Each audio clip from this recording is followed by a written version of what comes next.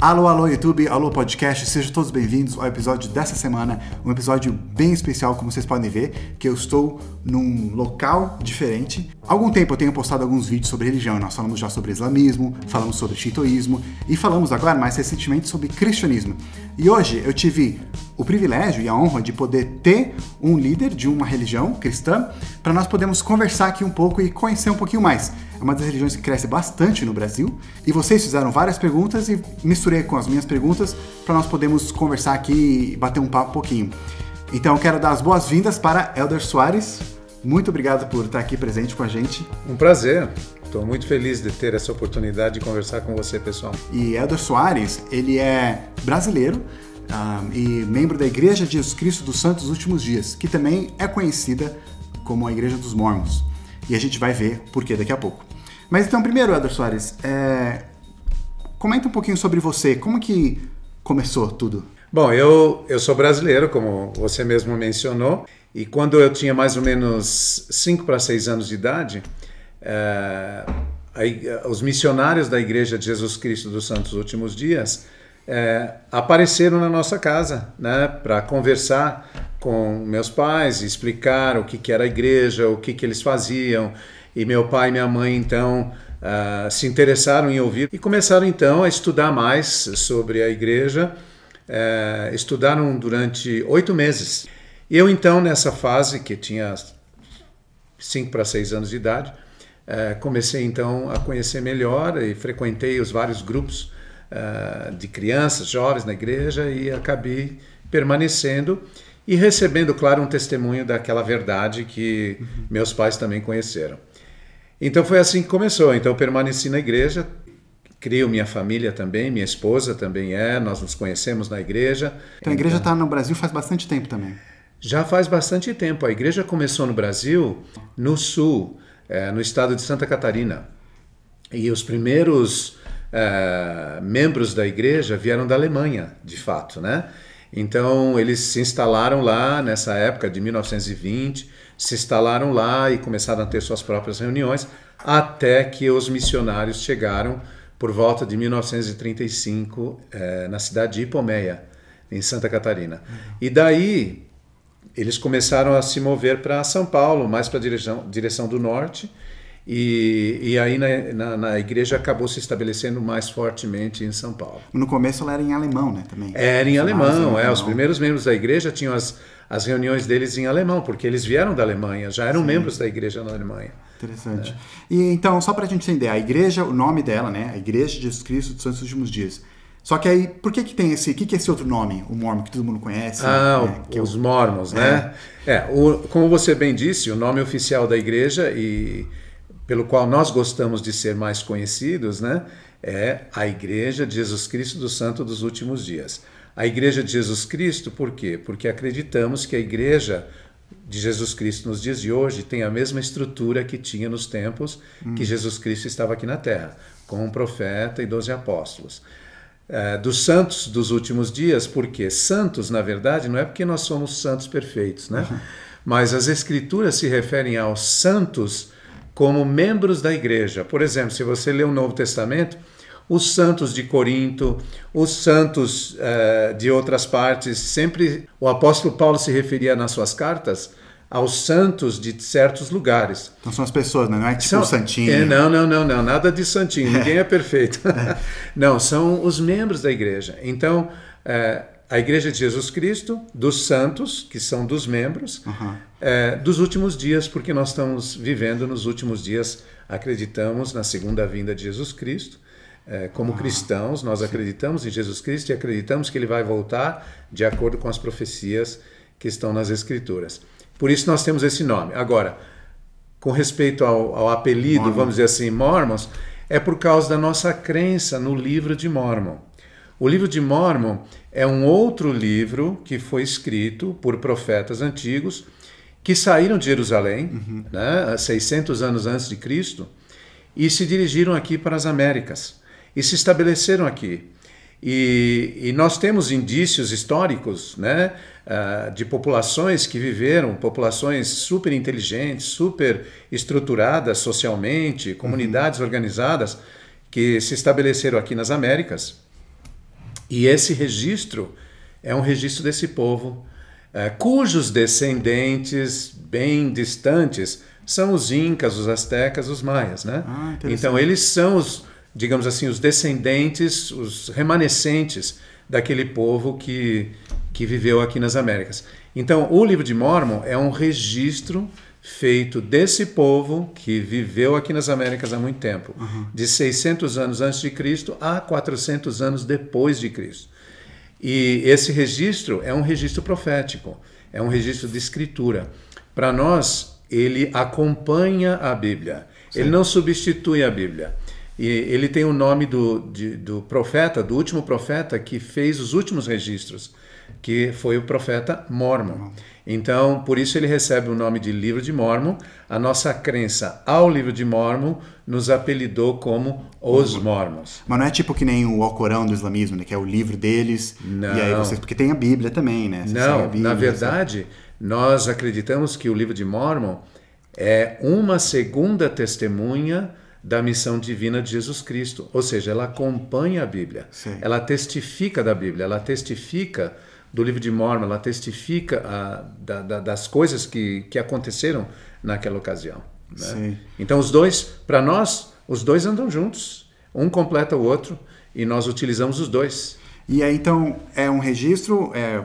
Quem escreveu foi o pessoal que vivia aqui nas Américas antes dos europeus chegarem, né? Sim, os profetas antigos que foram transmitindo de geração em geração até que esses registros que foram feitos em placas de latão foram selados e guardados até que foram trazidos de volta ao conhecimento em 1820 pelo profeta Joseph Smith, que foi quem restaurou a igreja na nossa dispensação.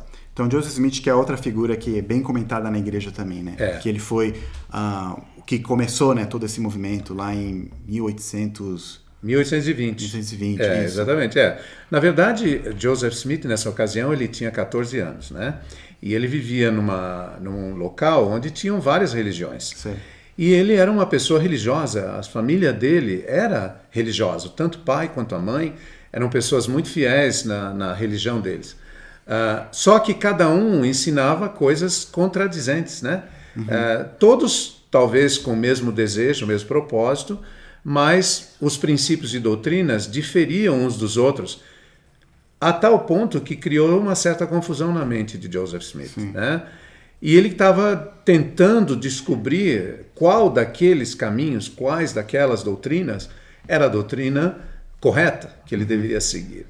Então, um dia, lendo no Novo Testamento, né, no livro de Tiago, capítulo 1, versículo 5, ele leu que se algum homem tem falta de sabedoria, que deve pedir a Deus, que Deus dá liberalmente, não lance em rosto, e se lhe há dado.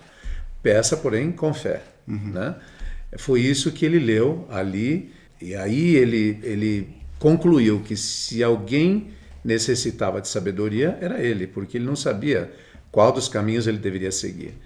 Então, ele se retirou num bosque, orou a Deus com o coração sincero, desejo de saber a verdade, e ele então recebeu uma visitação celestial, né, de Deus e Jesus Cristo, que explicaram para ele que, embora todos os caminhos fossem caminhos adotados pelas pessoas, mas muitos daquelas pessoas se chegavam a Deus talvez só pelos seus lábios e não pelo seu coração. Sim. E que no devido momento a verdade seria restaurada. Então isso aconteceu na primavera de 1820. E Joseph Smith, então, nessa altura, começou a receber uma preparação espiritual para que ele pudesse, então, restaurar todas as coisas. Foi, então, quando ele teve a oportunidade de ter acesso a essas placas de latão que estavam enterradas lá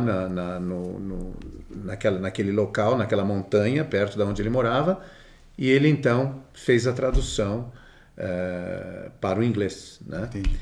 Então foi quando começou o momento, quando a igreja começou. Né? Foi quando a igreja começou a ser estabelecida. Oficialmente, no dia 6 de abril de 1830, quando a igreja foi finalmente estabelecida, e com o sacerdócio, com o livro de Mórmon, e com a doutrina estabelecida que ajudaria as pessoas, então, a caminharem de volta à presença de Deus. Sim, né? entendi. Aqui no canal eu postei recentemente um vídeo mostrando a história do cristianismo, desde o começo lá com Jesus, e aí os discípulos que foram, os apóstolos que foram e começaram a ensinar, e quando surgiu o catolicismo, como surgiu o protestantismo e todas essas coisas.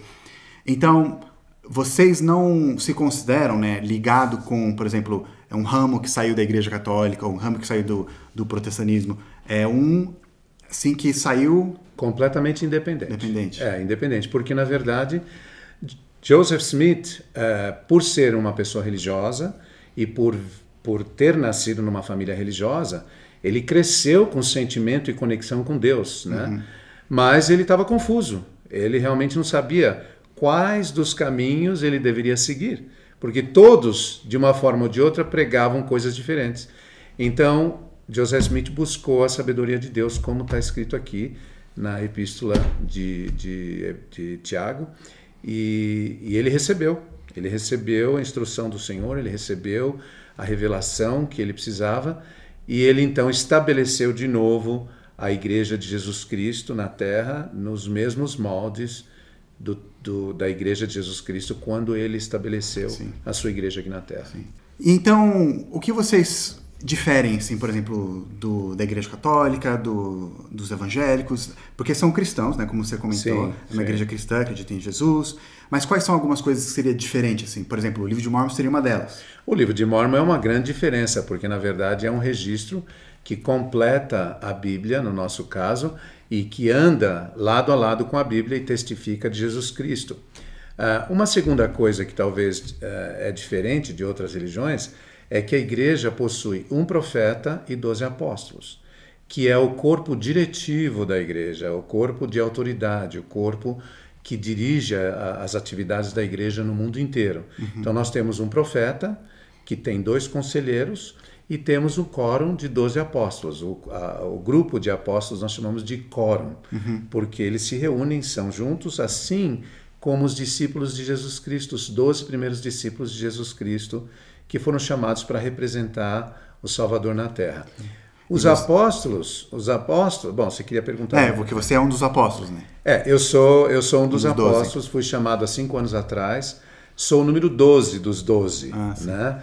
Então, essa é uma diferença talvez fundamental, que nós temos esse corpo diretivo, que nós acreditamos que um profeta de Deus, chamado por ele, como dizem as Escrituras, dirige todo o trabalho da igreja, e ele é ajudado por 12 apóstolos. Os 12 apóstolos são homens comuns, são homens que tiveram sua vida normal, estabeleceram sua vida, sua carreira profissional e atividades familiares, mas a certo ponto da vida deles foram chamados por Jesus Cristo, por meio do profeta, para servirem integralmente como os discípulos de Jesus Cristo fizeram. Quando Pedro foi chamado, Pedro ele tinha um negócio, né? Ele pescava, ele vivia daqueles negócios. Quando o Senhor chamou ele para essa atividade, essa responsabilidade de ser um dos discípulos dele, ele abandonou tudo e foi. E seguiu o Salvador, assim como os outros discípulos também. Então, o mesmo acontece hoje. Nós deixamos todas as nossas atividades profissionais e seguimos o trabalho de pregação, de ensinamento, então, de testemunho tem, assim, de Jesus Cristo. Não tem assim como se tornar um apóstolo, assim, um curso, uma carreira? Não tem um curso, não tem uma carreira.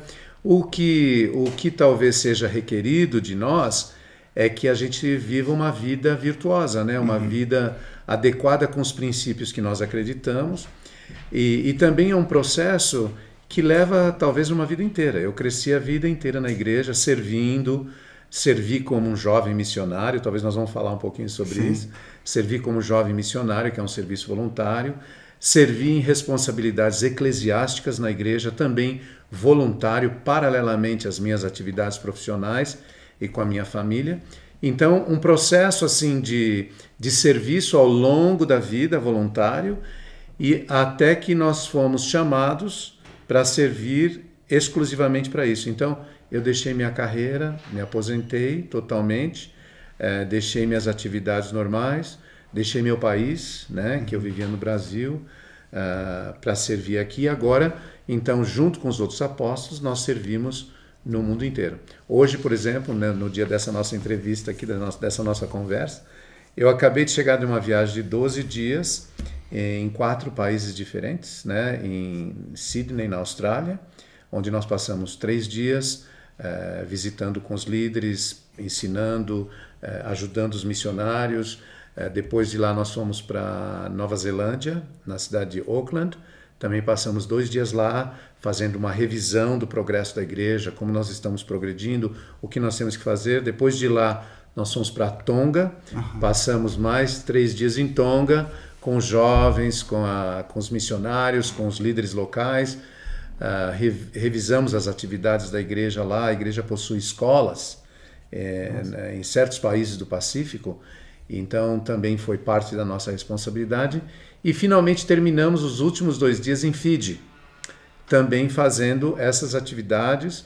E aí retornamos, depois de 22 horas de viagem, chegamos hoje de manhã. Nossa, então você está com horário de Fiji. Na verdade, o meu horário é amanhã de tarde. Amanhã de tarde. Nossa. Então, um apóstolo da igreja, ele é a mesma coisa do que... Vocês acreditam que é a mesma coisa que é o apóstolo de Jesus Cristo? Bom, deixa eu explicar para você. A palavra apóstolo foi o título que Jesus deu aos seus primeiros discípulos, que foram chamados para acompanhá-lo e ajudá-lo a fazer o trabalho que Jesus veio estabelecer na terra. Então, assim como Jesus Cristo chamou e enviou seus apóstolos para pregar o evangelho para todo mundo, hoje em dia nós também somos chamados apóstolos com as mesmas características. E só tem 12 também. Só tem 12, e nós, por meio da liderança geral da igreja, nós atuamos, nós pregamos o evangelho no mundo inteiro. Nossa responsabilidade específica é testificar a respeito de Jesus Cristo e da missão divina dele na terra, que foi o que os discípulos de Jesus Cristo fizeram quando eles foram chamados. Então, nós recebemos essa função, esse chamado e essa ordenação do sacerdócio para fazer a mesma coisa que eles fizeram. Os apóstolos são chamados da mesma maneira que os apóstolos da igreja primitiva foram chamados. Ou seja, o profeta chama, ele estende o chamado ao apóstolo para servir, e os apóstolos têm um chamado vitalício, é para o resto da vida. É por isso que a gente se aposenta das nossas atividades pessoais, nosso trabalho, nossas atividades regulares, e passamos a dedicar então 100% do nosso tempo para essa atividade vitalícia para o resto da vida. Que nem você falou, né? O Paulo ele abandonou tudo, né? Exatamente. Para virar apóstolo. Exatamente, E é uma igreja bem global, né? Está espalhada assim no mundo inteiro. Né? Apesar de ser uma igreja americana, o pessoal vê como uma igreja americana, né? Mas ela está assim no Brasil, ela é enorme. Não, a igreja é global, é mundial, né? Nós estamos instalados em mais de 160 países e territórios. E no Brasil a igreja tem crescido muito. Nós temos 1.700.000 membros da igreja hoje, com muitas unidades espalhadas pelo país inteiro, em várias cidades.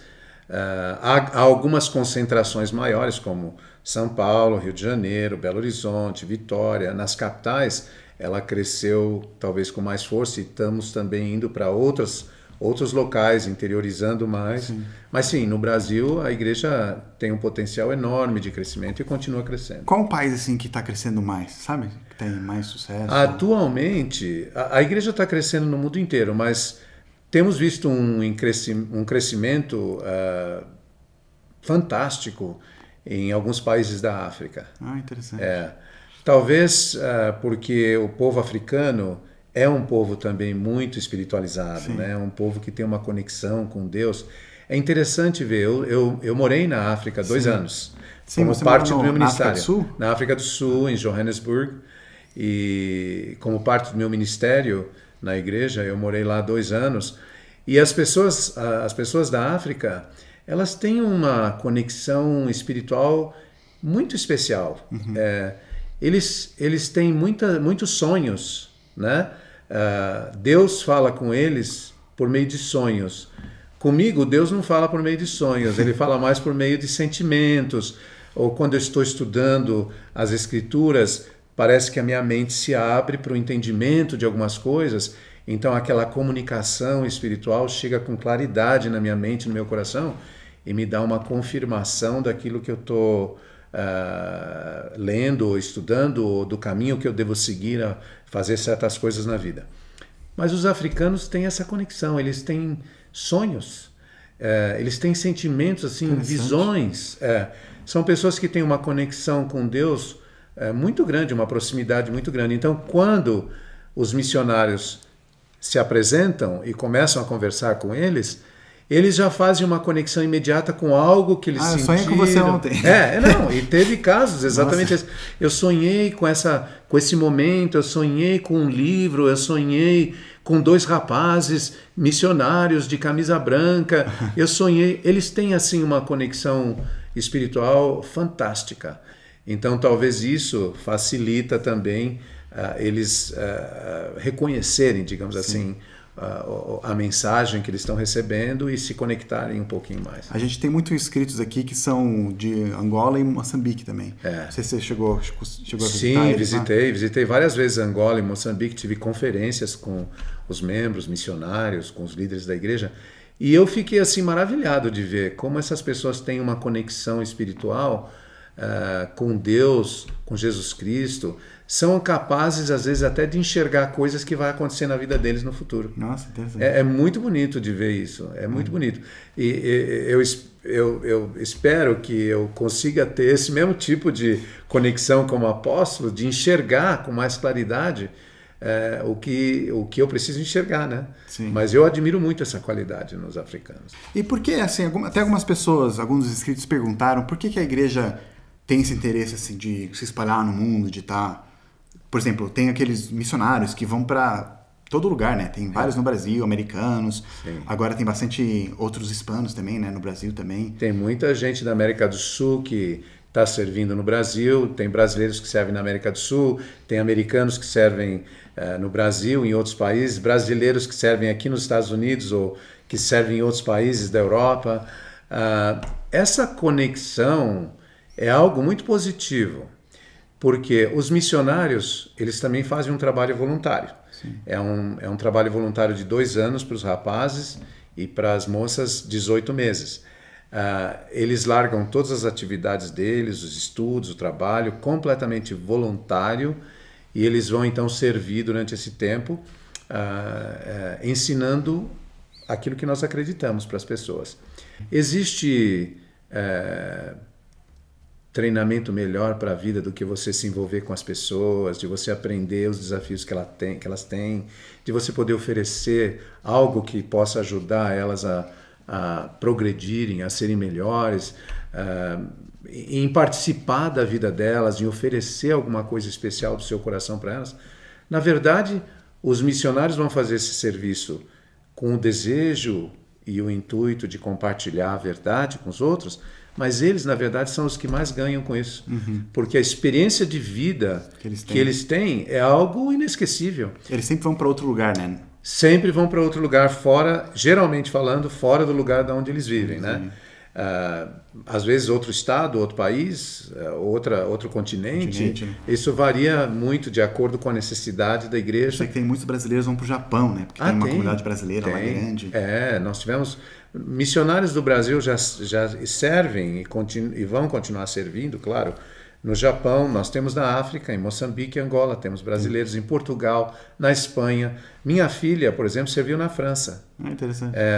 E meu filho, mais velho, serviu em Boston, aqui nos Estados Unidos. Então... Tudo diferente. Tudo diferente, cada um no lugar.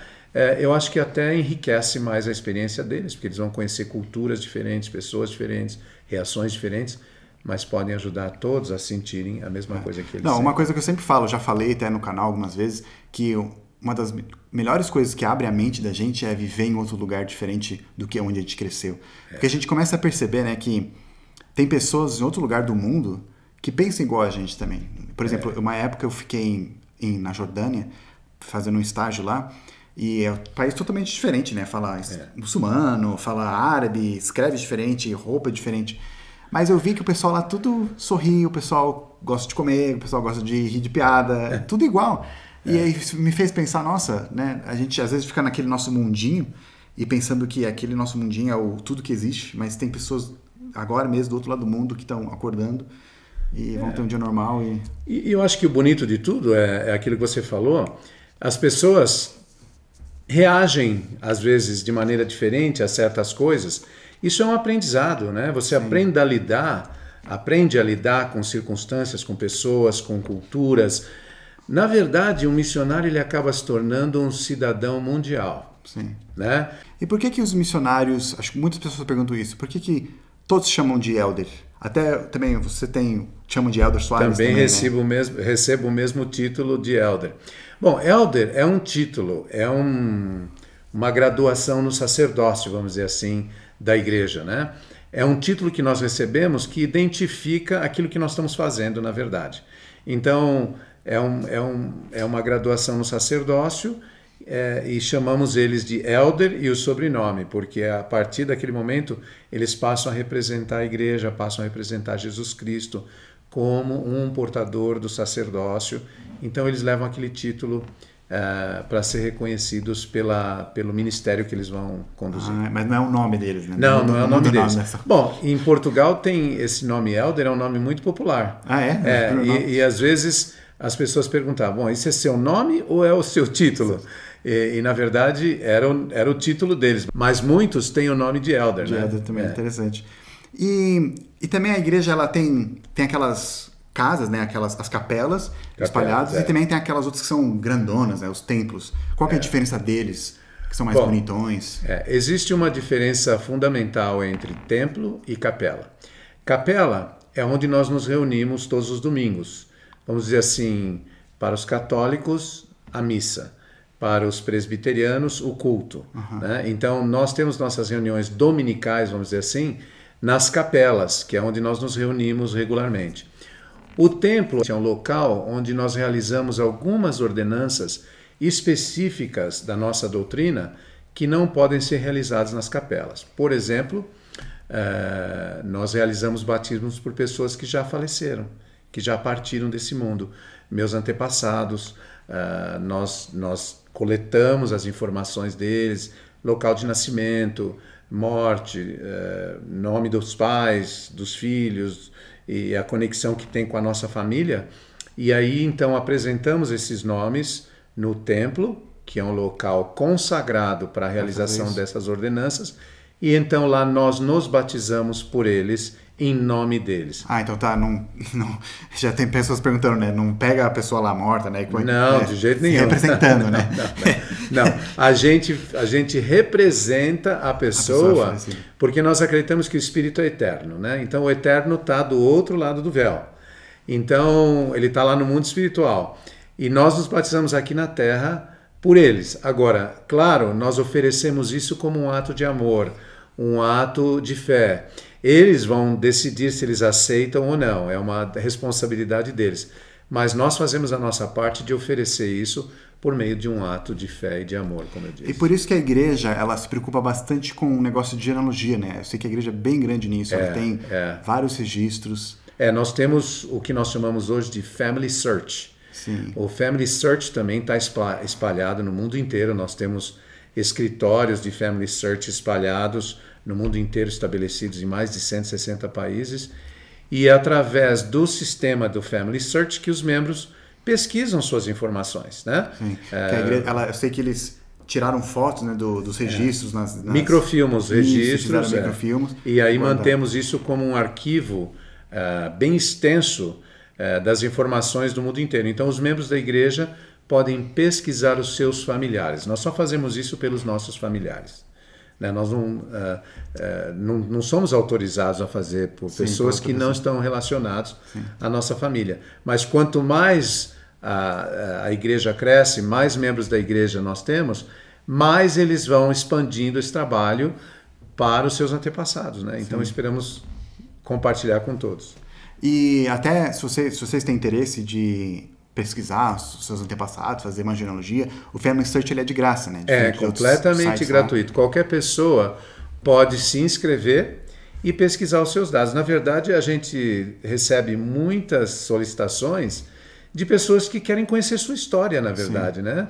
De onde vieram, os seus antepassados. Por exemplo, eu, na minha pesquisa familiar, que nós chamamos em português, né? Eu descobri 8 gerações de pessoas que vieram de certos lugares de Portugal e que acabaram se instalando no Brasil, né? Imigraram para o Brasil e ficaram no Brasil e não voltaram mais para a Europa, né? Mas eu descobri a conexão que eles tinham com vários familiares, inclusive de outros países, né? Porque sabe que a Península Ibérica, ela era um país só, digamos assim, né? Era um conglomerado só, antes de se dividir em Portugal e Espanha. E os mouros estiveram lá naquela região. E os mouros também vieram de outros lugares. Então antes de existir Portugal e Espanha, né? Antes de existir Portugal e Espanha, na Península Ibérica, os mouros estavam por lá. Sim. E eles são descendentes de outros povos, né? Então, através dos registros, a gente acaba conhecendo a nossa história, que é uma coisa tão atrás, assim, interessantíssima, né? Eu sei que minha mãe ela é viciada também, ela faz bastante dessas pesquisas. Outro dia ela comentou, nossa, eu achei que a gente tem ligado com Dom João VI, não sei, algum rei aí de Portugal. Alguma conexão, eu falei, nossa mãe, será mesmo? Mas lá, nesse Family Search aí, ela conseguiu linkar aí com algum rei aí de Portugal, eu achei interessante. Porque os registros são microfilmados e depois o próprio sistema faz um trabalho de conectar, digamos assim, a árvore genealógica, né? Então aí você começa a pesquisar, você vai encontrando, até que você descobre que você talvez veio até de uma família real, né? Sim. Então, eu acho interessante, porque a igreja faz bastante trabalho missionário, mandando para o mundo inteiro, e além disso, não basta só os missionários, porque aí tá pegando também as pessoas que já faleceram também, né? Exatamente. Registres, assim. Exatamente. Minha família, nós acho que já conseguimos chegar até 1.200, mais ou menos, nos nossos registros familiares, né? No lado da minha mãe, por exemplo. E tem sido, assim, uma atividade maravilhosa de conhecer mais sobre a nossa história e, na verdade, ajuda a gente a reconhecer melhor a nossa identidade, né? Sim. A nossa conexão, não só com as pessoas, com as culturas, mas também com Deus, né? É uma coisa, assim, especial, muito bonita. E a igreja, cada vez, ela está aumentando mais, né? Por exemplo, você é o primeiro apóstolo brasileiro que tem, né? Isso nunca teve antes, né? É a primeira vez na história um apóstolo, na verdade, da América Latina. Da América Latina, né? Teve um alemão. O Brasil faz parte da América Latina. Isso, né? Apesar que muitas pessoas, muitos brasileiros, não consideram latino. Eu já falei isso no canal também. E acho que outra coisa que sempre vem, um assunto sempre vem quando as pessoas pensam na igreja, Jesus Cristo, ou pensam no assunto Mormon, eles sempre pensam alguns comentários aqui que colocaram, como é que vocês fazem com várias esposas, a poligamia, que é uma coisa que também sempre pensam que tem várias esposas. Também tem esse estereótipo aí. Bom, eu tenho uma só. E sou feliz com a que eu tenho. Não, na verdade, houve uma época, logicamente no início da igreja, que a igreja praticou poligamia pelo fato de se estabelecer com mais força no início da igreja. Mas foi algo que foi uma prática que foi recebida por inspiração do profeta, e não eram todas as pessoas que tinham essa oportunidade, eram os homens que viviam os mandamentos, que viviam os princípios que nós conhecemos e que eram escolhidos para isso, mas foi uma época da igreja em que a igreja estava se estabelecendo, estava movendo de um lado dos Estados Unidos para outro, e a estrutura precisava ser fortalecida e também precisava ser propagada. Sim. Então foi uma época em que realmente esse procedimento, né? Muita perseguição, esse procedimento foi adotado por inspiração, mas depois ele foi encerrado. E hoje nós vivemos a lei do casamento entre marido e mulher, só uma esposa, só um marido, né? Monogâmico. Monogâmico, exatamente, né? E qualquer prática fora disso é considerada contrária aos nossos princípios, né? E não é aceitável, digamos assim. Então aquelas pessoas que tem até série na Netflix que mostra o cara com várias esposas, mora em Salt Lake e tal, eles não são membros da igreja? Eles não são membros da igreja. Alguns grupos, na época em que a igreja encerrou essas atividades, eles não concordaram, se rebelaram, digamos eles assim. Não, eu quero continuar. Quero continuar assim. Então, o que eles fizeram? Eles se tornaram dissidentes, vamos dizer assim, e formaram seu próprio grupo, a sua própria religião, e aí estabelecendo sua própria comunidade, né? Mas isso não tem nada a ver conosco. Apesar que eles também são conhecidos como mormons, né? Mas eles... na verdade, alguns são conhecidos como fundamentalistas, né? Ou outros grupos paralelos, mas eles não são membros da Igreja de Jesus Cristo do Santo dos Últimos Dias, e não seguem os padrões que nós seguimos. Então, nós continuamos vivendo o casamento monogâmico e continuamos vivendo esse padrão porque é a base do nosso princípio, da nossa doutrina e das nossas crenças, né? Interessante. E sobre política, o Plano Piloto é um canal que a gente fala sobre história, a gente fala sobre geografia e a gente fala também bastante sobre política, que na verdade o canal começou assim. E a igreja, ela se envolve com política? Ela tem alguma opinião política? Ela dá recomendações? Não. Na verdade, a igreja é apolítica.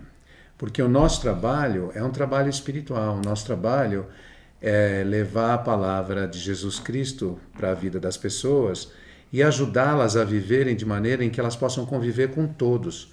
O que nós aconselhamos às pessoas é que nós possamos ser parte da comunidade, que nós possamos viver em harmonia com todos, viver os nossos princípios, defender os nossos princípios, mas viver em harmonia com todos. Não defendemos partidos políticos, nós nos envolvemos com todos que estão envolvidos em ações comunitárias boas, em ações de bem-estar, em ações para aliviar o sofrimento das pessoas, nós envolvemos com todos, mas não como uma determinação política ou uma associação política, nada disso. Nós somos completamente independentes, apolíticos, não aconselhamos pessoas em quem eles devem votarem, mas aconselhamos que eles devem exercer a sua capacidade cívica e os seus direitos. Eles devem orar a Deus, pedir ajuda, fazer suas escolhas mediante os seus sentimentos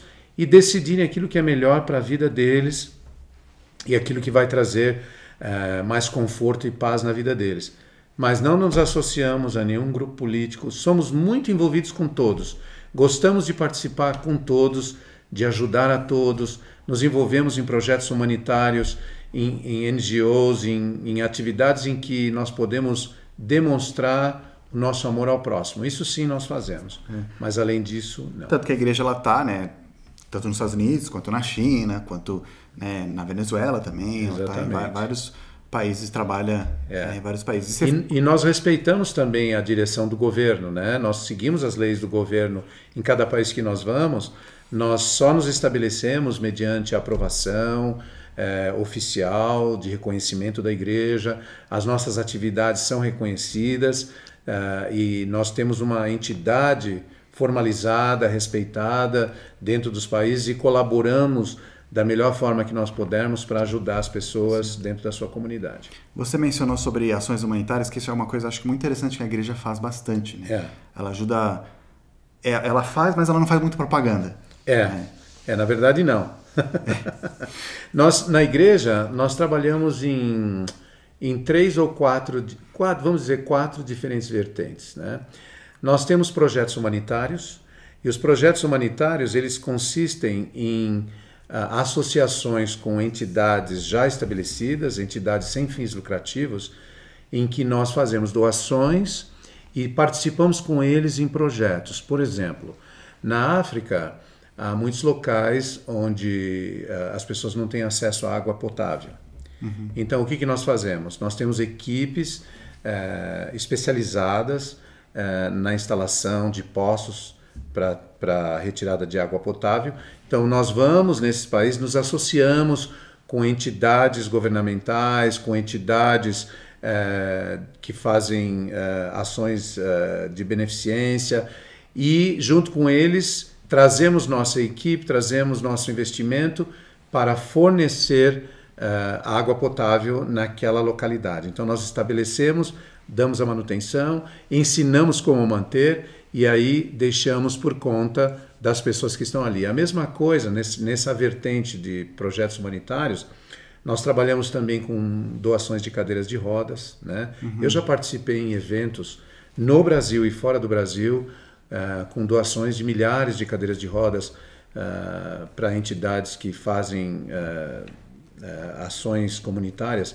Em São Paulo, uma vez, nós participamos com o governador na época, mais ou menos 10 anos atrás, 14 anos atrás, quando eu estava servindo na presidência diária no Brasil, com a primeira-dama, nós doamos 5.000 cadeiras de rodas. E através das entidades de beneficência do país, essas cadeiras foram distribuídas para os necessitados. Além disso, ainda nessa vertente, nós trabalhamos com cuidados oftalmológicos ao redor do mundo. Em mais de 65 países já fizemos cirurgias de catarata, treinamento de cirurgia de catarata e ajudamos as pessoas a receberem esse tipo de ajuda. Essa é uma vertente da igreja e esse tipo de ajuda é dado a todas as pessoas, não só aos membros da igreja, independente de raça, cor, identidade sexual, que seja, não existe discriminação nenhuma com relação a absolutamente nada.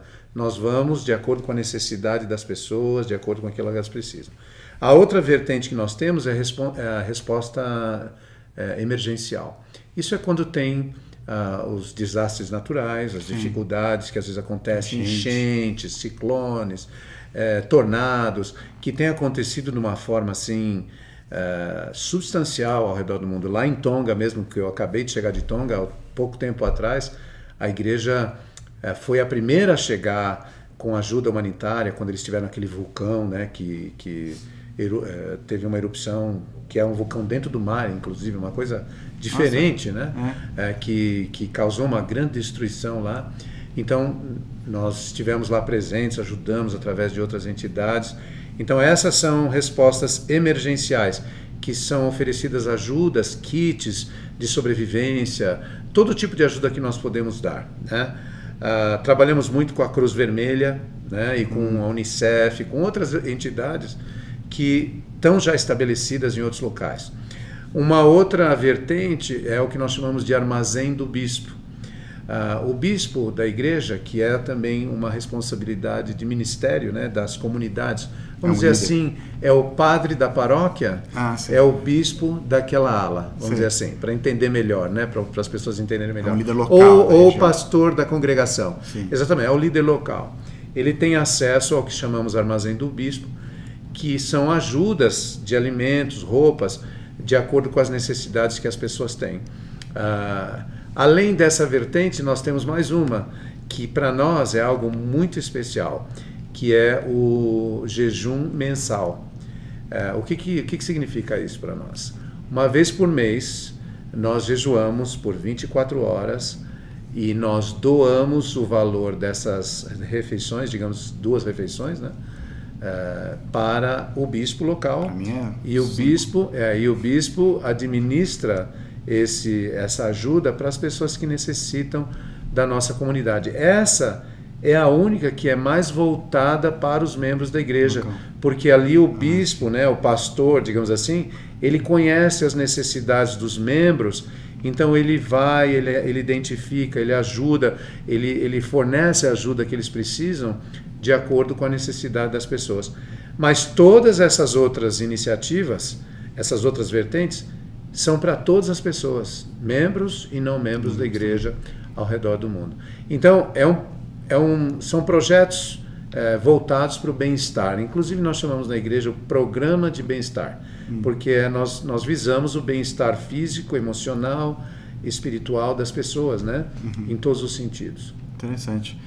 Desde 1985, mais ou menos, a igreja já investiu mais de 2 bilhões de dólares nesse tipo de ajuda humanitária. e continua crescendo. Sim. Tem muitos doadores que ajudam, a igreja administra e então doa esses fundos por meio dessas entidades, né? Muito especial. Interessante. E para nós terminarmos aqui, tem um monte de perguntas, mas nunca dá tempo também, já temos tempo limitado, mas vários de vocês fizeram algumas perguntas. Você falou sobre outras denominações, e aqui o Kaique, Iowa e do Flamingo Roncedônia, alguns de vocês perguntaram aqui o que vocês acham sobre outras denominações.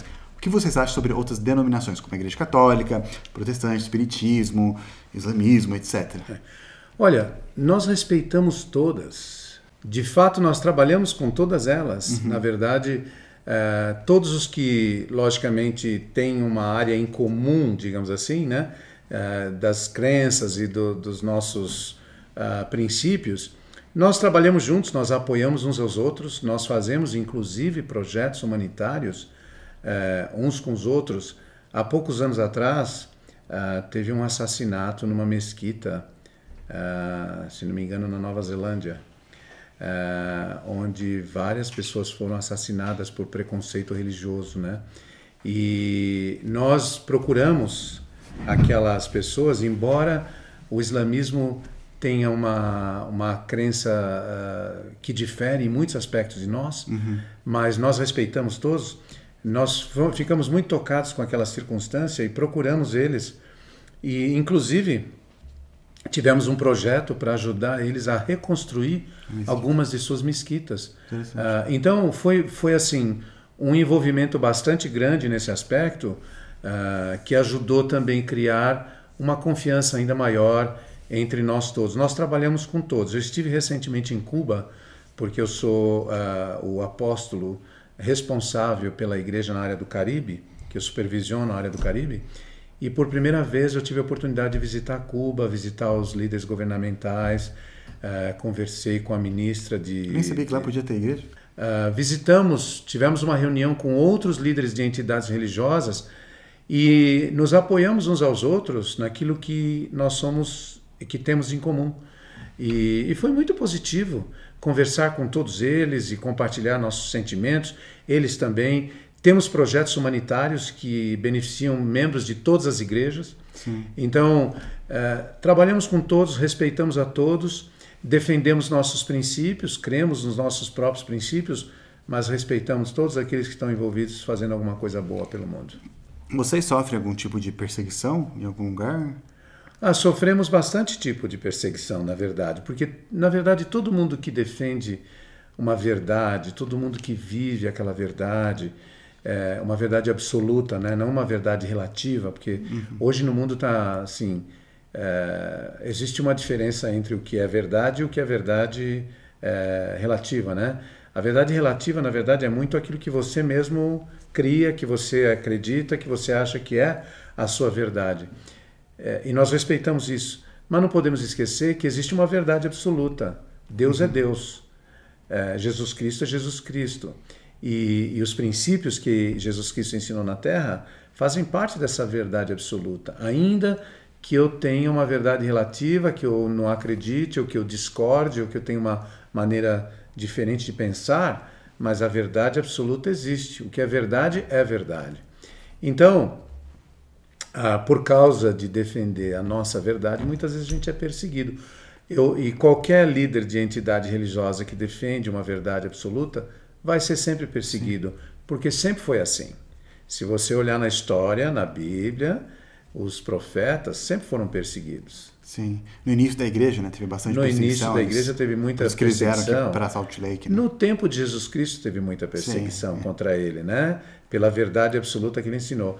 Quando a igreja foi restaurada, a razão que nós acabamos nos movimentando para o oeste dos Estados Unidos, para nos estabelecer melhor, foi perseguição também religiosa. Sim. Então, foram expulsos, não foram aceitos, pessoas não acreditavam talvez nos mesmos princípios e eram diferentes dos princípios que eles acreditavam, então, por não aceitarem, começaram a perseguir e os membros da igreja passaram de lugar em lugar até chegarem aqui no oeste americano, onde eles se estabeleceram e hoje, claramente, bem estruturado, mas sofremos perseguição ainda hoje, até pelas nossas crenças, os princípios que nós acreditamos. Sim. Quando você falou sobre verdade absoluta, você mencionou, né, sobre Jesus Cristo, Deus é o Deus, e isso é uma coisa que, naquele vídeo de cristianismo, a gente falou que foi um debate, sim, que dividiu, né, religiões, que criou várias vertentes do cristianismo, porque é um dos assuntos que foi mais debatido antigamente, e hoje ainda é, mas acho que antigamente era mais,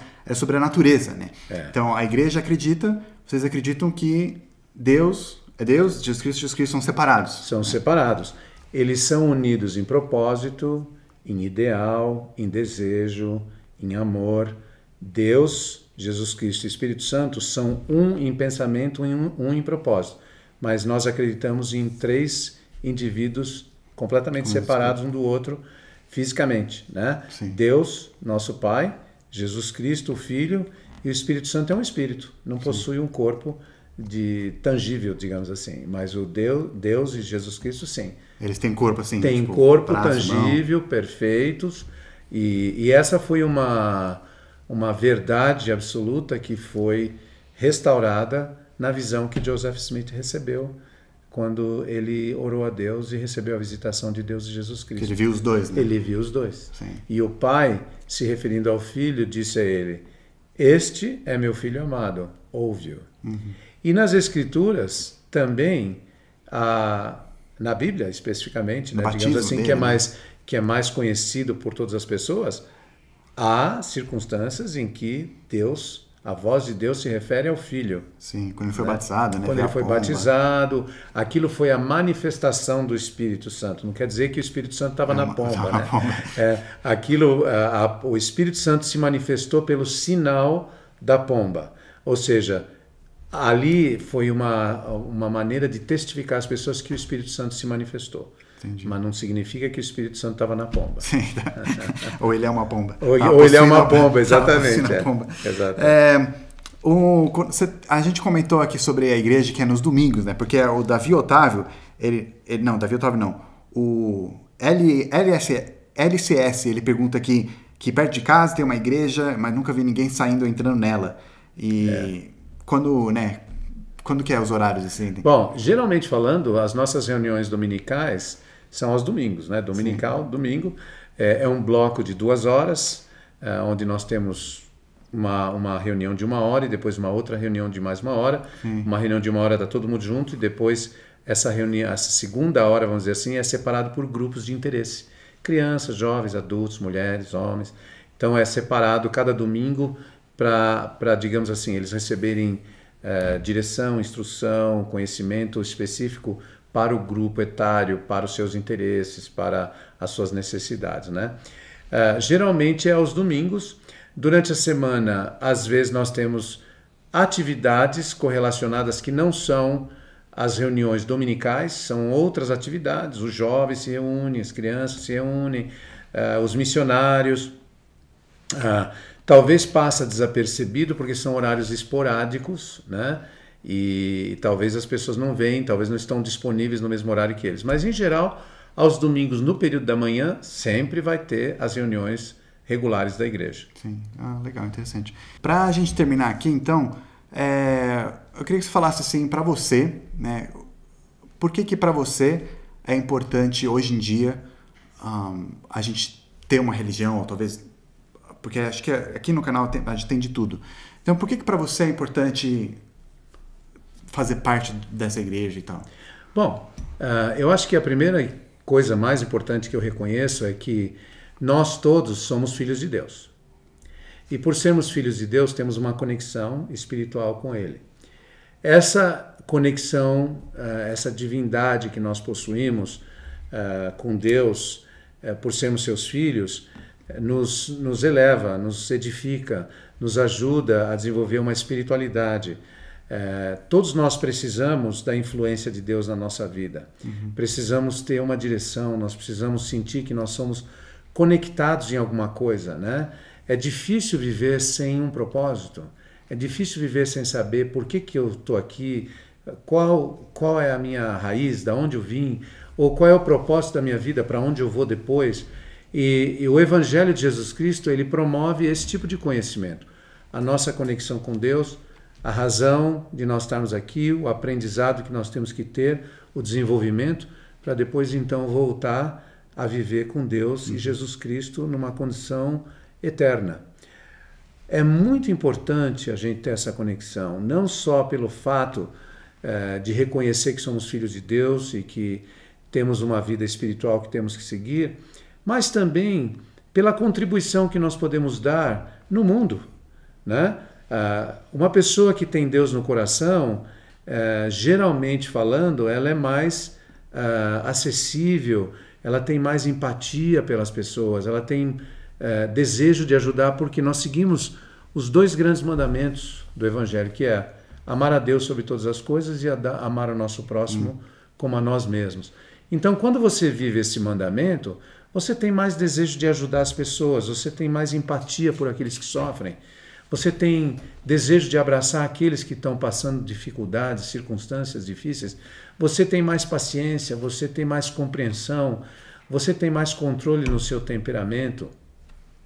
São atributos daqueles que reconhecem a sua conexão com Deus, que reconhecem que tem uma fonte de divindade no seu coração.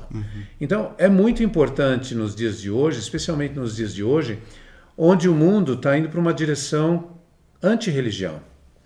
O mundo está indo para uma direção onde as pessoas muitas vezes questionam a existência de Deus, de Jesus Cristo na vida deles, e acabam dirigindo a vida deles baseado em sua verdade relativa. Sim, e não na verdade absoluta. Eu acho até interessante que hoje em dia, eu acho que as religiões estão se unindo mais, né? Porque antigamente tinha muita briga, né, entre essa denominação e essa, mas hoje eu vejo mais assim, se unindo mais para, né, aqueles que têm religião, não importa qual que é, se unindo para, não sei se é para se defender ou para... Eu acho que na verdade nós temos algo em comum, né? Nós temos algumas crenças em comum, nós temos alguns sentimentos em comum e nós podemos compartilhar o que nós temos com todos e fortalecer o trabalho que cada um faz dentro da nossa crença e daquilo que nós acreditamos ser nossa verdade, né? Como eu disse anteriormente, nós respeitamos todos e honramos o trabalho que cada entidade faz, porque todos estão contribuindo de alguma forma para o bem-estar do ser humano, né? Sim. Então, eu sinto que religiosidade traz espiritualidade, espiritualidade traz conexão com Deus, e a nossa conexão com Deus nos ajuda a reconhecer de onde nós viemos e a razão, na verdade, porque nós estamos aqui, e passamos a agir com mais bondade, com mais empatia, com mais paciência com as pessoas, reconhecendo que nem todos são perfeitos e que todos nós podemos progredir juntos. Sim, legal. Pessoal, é isso aí, gente. Muito obrigado, Arthur Soares, por essa oportunidade de ter conversado aqui. Põe nos comentários alguns outros líderes religiosos que a gente pode convidar para conversar aqui no Plano Piloto. Eu posso ir até eles também. Deixe suas sugestões sobre o que vocês acharam, comentários, não esquece de escrever, todas aquelas coisas que eu sempre falo. E por enquanto, gente, a gente vai ficando por aqui. Muito obrigado de novo e nos vemos na próxima.